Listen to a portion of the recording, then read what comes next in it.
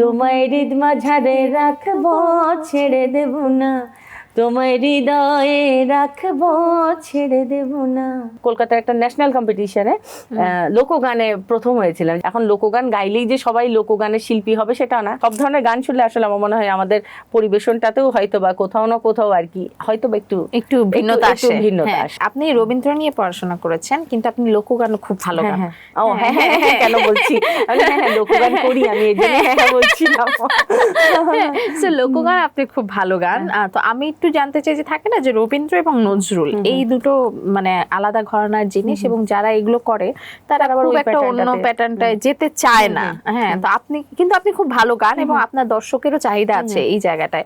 সেইটা কবে থেকে শুরু হলো? আচ্ছা, আমার কাছে মনে হয় আর কি, মানে কিছু তো আছে যে না গুরু গম্ভীর যে আমি এইটাই গাইবো, আমি আর কিছু গাইবো না। কিছু মানুষ আছেন যারা হয়তো মানে আসলে ওই এক জায়গাগুলো এক্সপেরিমেন্ট করে দেখেছেন, আসলে খুব একটা ভালো হচ্ছে না। দু রকমেরই ব্যাপার আর কি।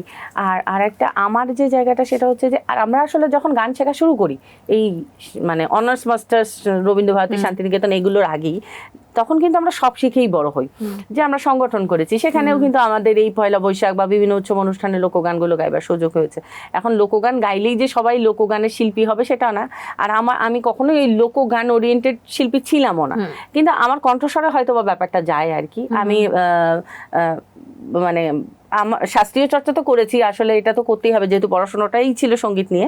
তো সেটার পাশাপাশি রবীন্দ্রসঙ্গীত, এবং আমি চাইতাম চেষ্টা করতাম আর কি সব ধরনের গান গাইবার, এবং ওরকম একটা জায়গা থেকে কিন্তু আমি কলকাতার একটা ন্যাশনাল কম্পিটিশনে লোকগানে প্রথম হয়েছিলাম, যেটা একটা ভীষণ রকম মানে আমার মানে কি ভালো লাগা না, মানে চোখে আঙুল দিয়ে দেখা যায় তোমাকে আরেকটু সিরিয়াস হতে হবে।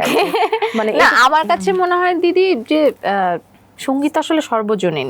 এখন সঙ্গীতের হয়তো বা আলাদা আলাদা ঘরানা আছে, কিন্তু ভালোবাসার জায়গা তো আসলে সব সঙ্গীতেই আছে।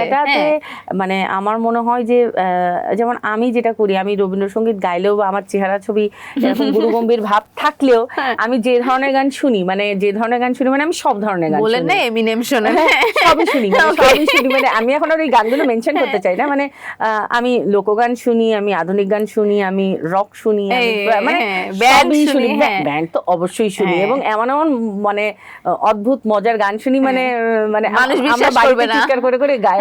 আমার তো গান গাইবার পার্টনারও আছে। তো যাই হোক, তিনজন মিলে না, আমরা দুজন মিলে করি এখন। আমরা একটু মিনিমাইজ করেছি মানে গান গাওয়ার জায়গাটা। তো যাই হোক, আমার মনে হয় যে আসলে ভালো লাগার জায়গাটা একটু বিস্তৃত থাকুক, তাহলে আমার মনে হয় যে ওই যে মানে সব ধরনের গান শুনলে আসলে আমার মনে হয় আমাদের পরিবেশনটাতেও হয়তো বা কোথাও না কোথাও আর কি হয়তো বা একটু ভিন্নতা আসে। তাহলে যেহেতু লোকগান নিয়ে এত কথা হচ্ছে, আমরা কি দুটো লাইন পাবো আপনার লোকগান? আচ্ছা, তাহলে আপনার পছন্দের। হ্যাঁ, তো তোমার উদ্দেশ্যেই এই গানটা গাই আর কি। হ্যাঁ, মাগো ছেড়ে দিলে সোনার গৌনা রে পাবো না, খেপা ছেড়ে দিলে সোনার আমরা আর পাবো না, না না না না না না, ছেড়ে দেব না, তোমায় হৃদ মাঝারে রাখবো, ছেড়ে দেব না, তোমায় হৃদয়ে রাখবো, ছেড়ে দেব না, ছেড়ে দিলে সোনার গৌরা রে পাবো না, ছেড়ে দিলে সোনার গৌরা রে পাবো না, না না, ছেড়ে দেব না। গলাটা প্রচন্ড বসে আছে। কারণ আপনি এই যে কন্টিনিউয়াস শো এর উপর আছেন, কন্টিনিউয়াস একটা কাজ করছেন, তার থেকে বড় কথা যে you are a mother. So যে আসলে একটা মা, তার মধ্যে যে কতগুলো ইনস্টিটিউট বিরাজ করে, আমি নিজে একজন মা, আমি বুঝি এটা। So hats off, thank you so much, এত সুন্দর করে আমাদের জন্য গাইলেন।